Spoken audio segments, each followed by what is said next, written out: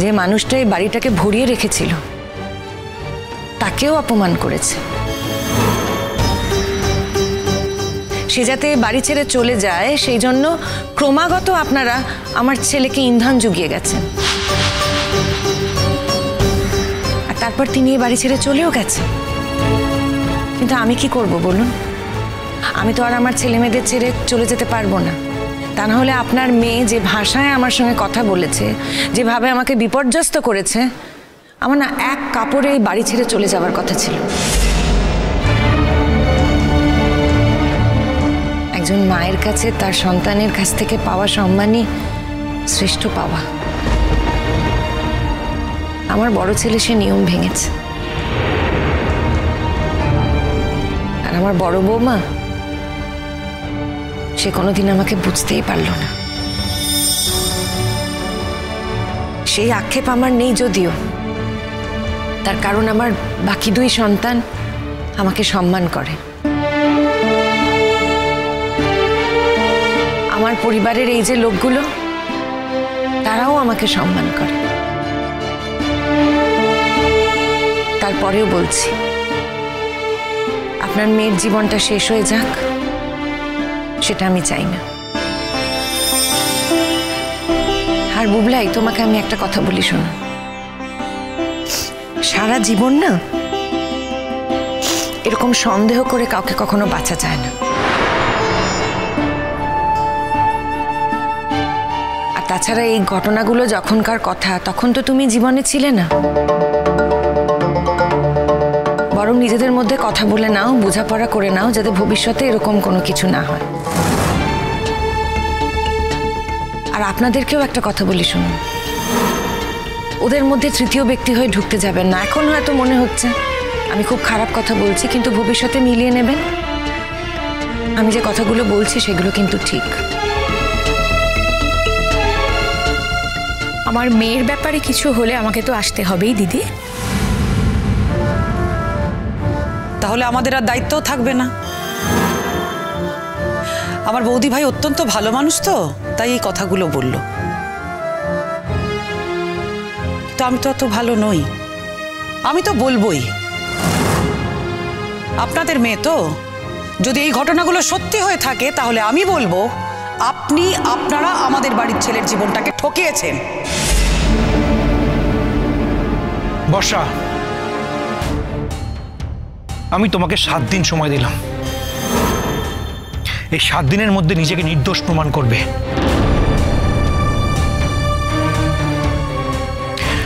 মিঠি যে কথাগুলো বলছে সেগুলো ভুল।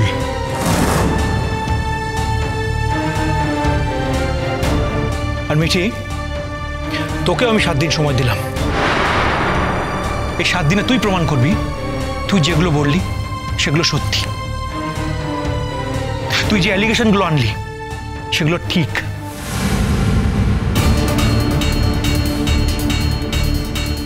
আর আমি সবাইকে কথা দিচ্ছি, এই 7 দিন আমি কিচ্ছু করব না।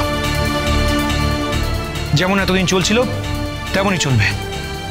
আমি বর্ষার সঙ্গেও কোনো খারাপ ব্যবহার করব না, একদম নর্মাল থাকবো। কিন্তু 7 দিন পর আমি সিদ্ধান্ত নেব, এটা আমি তোমায় বলে দিলাম। আর আন্টি, আপনি বলছেন না যে চাকরি নেই, চাকরি নেই ঠিকই, কিন্তু চাকরি নেই বলে আমার ব্যক্তিত্বও নেই এটা কিন্তু ভাববেন না। আমার ব্যক্তিত্ব কিন্তু আছে। আজ হয়তো আমার চাকরি নেই, কিন্তু কাল আমি চাকরি পেয়েই যাব। এমনি এমনি তো ইঞ্জিনিয়ারিং পড়িনি, ঠিক চাকরি পেয়ে যাব। তবে এই অপমান, অসম্মান, এই চিটিং, এটা কিন্তু সহ্য করব না, একদমই না। আর হ্যাঁ, আর একটা কথা, আমার মা কিন্তু আমারই মা। এতদিন আমার মা সম্পর্কে অনেক খারাপ কথা বলেছেন, অনেক কিছু বলেছেন, আমি কিচ্ছু বলিনি। আজকে আমি আপনাকে বলছি, আজকের পর থেকে আমার মা সম্পর্কে আর একটাও খারাপ কথা বলবেন না, সেই অধিকার আমি আপনাকে দিইনি। আর এটা আমি লাস্ট ওয়ার্নিং দিলাম আপনাকে। আজকের পর থেকে আমার মায়ের সঙ্গে আর দুর্ব্যবহার করবেন না, কেমন? ধন্যবাদ।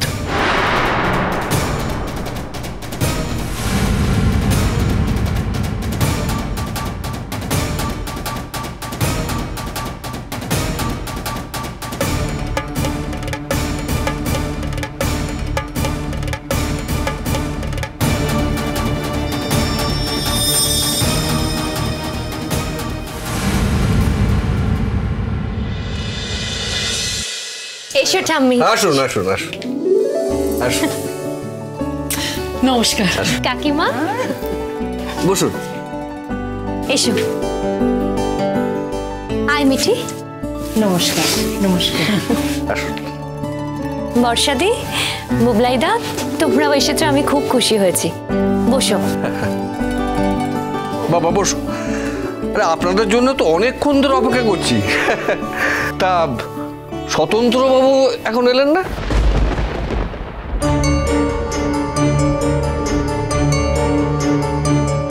স্বতন্ত্রদা ইউনিভার্সিটিতে আছেন বোধহয়, ও।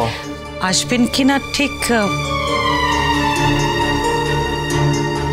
হ্যাঁ, আমরা তো ওকে বলিনি না এখনো, এই প্রথম বাড়িতে এসে দেখে গেলুম, এরপর তো যাওয়া আসা থাকবে। আঙ্কেল, স্বতন্ত্রবাবু আমাদের সঙ্গে থাকেন না, ওনার আলাদা সেট আপ।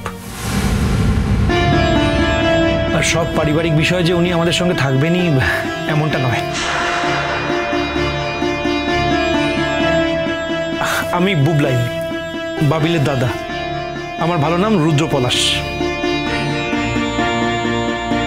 ঠাম্মি আছেন, মা আছেন, পিসিমণি আছেন, যা কথা বলার আমরাই বলবো। না না, সে তো ভালোই হয়েছে। আসলে আমি তো স্বতন্ত্রবাবুর গুণমুক্ত ভক্ত, তাই ভেবেছিলাম দেখা হয়ে যাবে। কি রে মিঠিল? নতুন কাকু চলে আসবে, হয়তো 2-5 মিনিট দেরি হচ্ছে, কিন্তু পৌঁছে যাবে। আচ্ছা। নতুন কাকুকে কে আসতে বললো? তুমি মামনি? না, আমি বলিনি। মিটিল বোধহয় বলেছে। মিটিল, তুই ফোন করছিলি না? আমাদের বাড়ির ব্যাপার কাকিমা কেন বলবেন? না, কাকিমা বললে বলতেই পারতেন, কিন্তু নতুন কাকু তো এখন ওই বাড়িতে থাকেন না, তাই আমার বাড়ির ইনভিটেশন আমি নতুন কাকুকে আলাদা করে ইনভাইট করেছি। মিটেল, তুই এটা কেন করতে গেলি?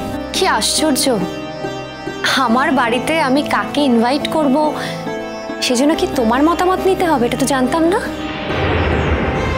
আর জানলেও আমি নিতাম না। যাই হোক, তোমরা এসেছো, তোমরা বসো। আসলে আগে জানলে আমি আসতাম না, বিশেষ করে।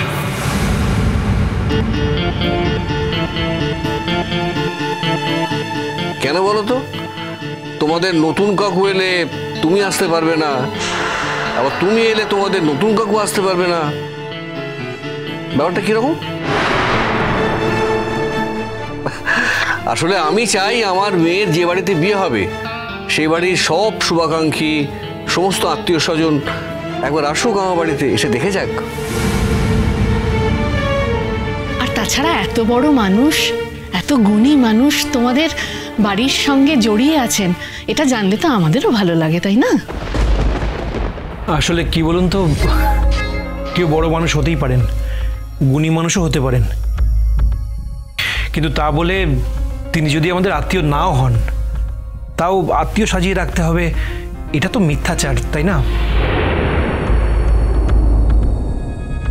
তাই না আন্টি? হ্যাঁ, কিন্তু আত্মীয়ের মতনই তো। আত্মীয় আর আত্মীয়ের মতন শব্দ দুটো তো আলাদা। চিরসখা হে